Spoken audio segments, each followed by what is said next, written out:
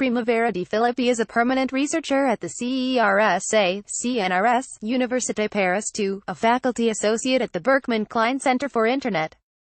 Co-author of Blockchain and the Law, much discussion is currently taking place concerning the nature and specificities of blockchain governance, but when we say blockchain governance, we're really talking about multiple things.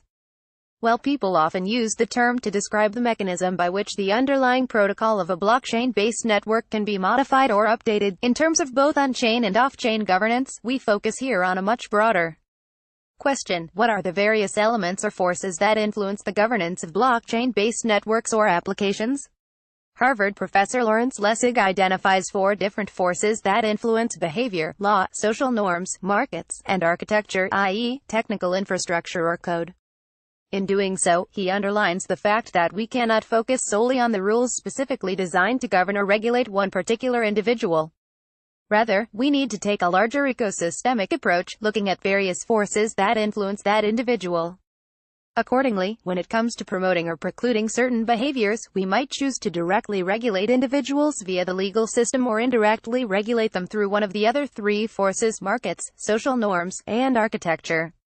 Lawrence Lessig's 4 constraints of regulation. We propose such an ecosystemic approach to identify the different levers that could influence the operations of a blockchain-based system and the extent to which these levers contribute to the broader notion of blockchain governance. Blockchain-based applications do not exist in a vacuum. They subsist within a larger ecosystem of Internet applications, each operating according to its own protocols and rules. The Internet layer in particular, the operations of a blockchain-based system, whether it is a blockchain-based network, platform, or application, are defined by the rules that govern these systems but also respond to the different layers of the Internet infrastructure, which to a different extent contribute to shaping the system's overall governance. Specifically, blockchain-based networks like Bitcoin and Ethereum operate on top of the Internet and ultimately depend on protocols like the TCP/IP, which is responsible for routing and transferring packets of information between different nodes on the network. These blockchain-based networks thus cannot operate without Internet connectivity. Most critically, because Internet Service Providers (ISPs) ultimately control the transportation layer of the Internet, they could discriminate against packets coming from or directed toward a blockchain-based network, effectively tampering with its operations. Internet governance can therefore have a significant impact on the operations of a blockchain-based network. Particularly relevant in this context is the net neutrality debate. The practice of packet discrimination makes it possible for ISPs to favor certain blockchain-based networks, at the expense of others. More radically, if a government were to ban a particular blockchain-based network, it could require all ISPs operating within its national boundaries to block or filter traffic coming from or directed to that network, e.g., through mechanisms such as deep packet inspection (DPI), or other traffic detection techniques. Accordingly, while Internet governance is external to the blockchain ecosystem, in that its scope is much broader, regulating the Internet infrastructure could indirectly affect the operations of a blockchain-based system. The blockchain layer. Similar problems emerge within a singular blockchain-based network.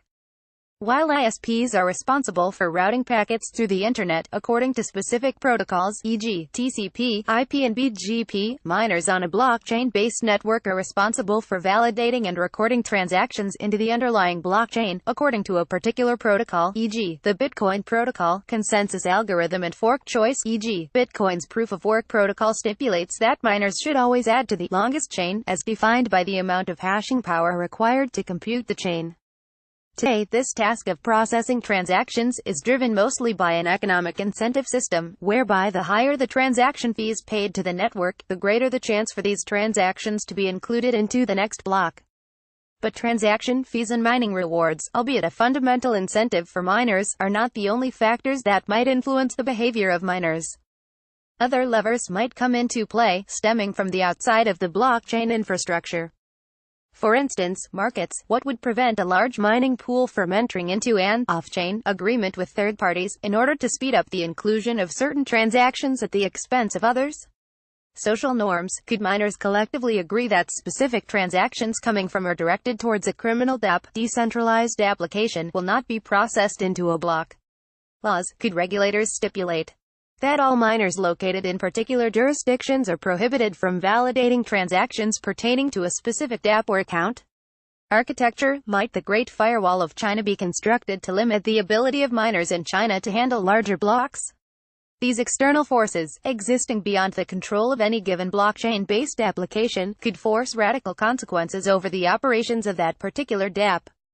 The application layer. It becomes clear that the governance of a particular blockchain-based network could directly or indirectly affect the operations of a particular blockchain-based application running on top of that network.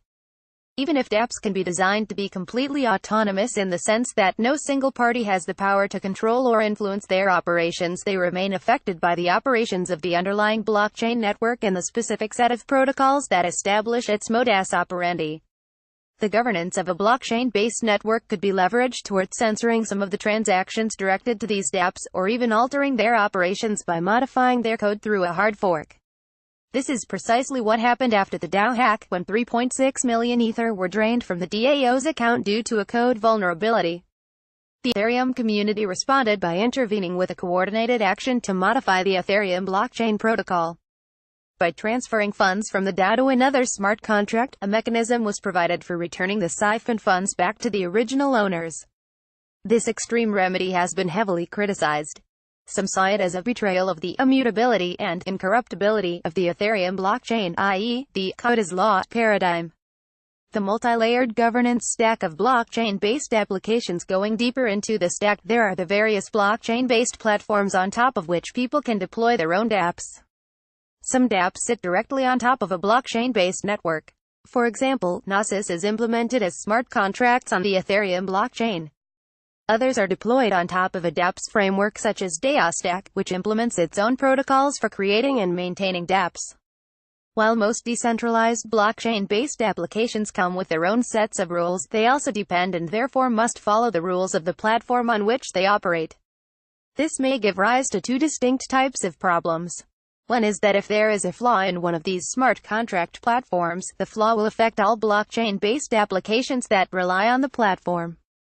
Recall the bug in Parity's multi-signature smart contracts, which led to the theft of over $30 million worth of Ether, followed by a subsequent attack on Parity's revised multi-signature smart contract code, which had been brought to self-destruct, thereby freezing the funds in all multi-sig wallets that depended on this shared code. Another problem emerges by construction, when platforms implement proxy contracts that delegate calls to other smart contracts, which can be updated by the platform developers. While such practices are still uncommon, some platforms, e.g. Zeppelin Solutions, are starting to experiment with proxy libraries so that, whenever one of the underlying functions is changed, all dApps relying on these libraries will automatically inherit those changes.